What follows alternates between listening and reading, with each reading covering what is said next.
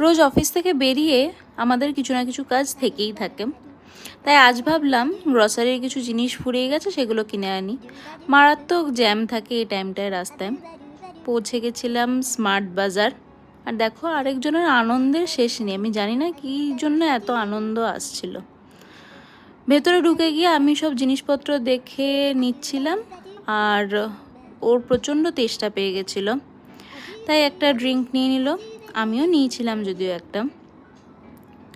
ঘরে ম্যাগি ফুরিয়ে গেছে, তাই ভাবলাম একটা ম্যাগির প্যাকেটও নিয়ে নিই। আরও কিছু টুকটাক গ্রসারির আইটেম নিয়ে দেখো আমাদের কার্ট পুরো ভর্তি, তাই চলে গেলাম বিলিং করাতে। সারা দিন গান গেয়েই যাচ্ছে আরেকজন। প্রচণ্ড খিদে পেয়ে গেছিলো শপিং করে নিয়ে, তাই চলে গেলাম গৌতমস ক্যাফেতে। খাবারগুলো দুর্দান্ত ছিল। খেয়ে দিয়ে বেরিয়ে পড়লাম আমরা বাড়ির জন্য। বাই।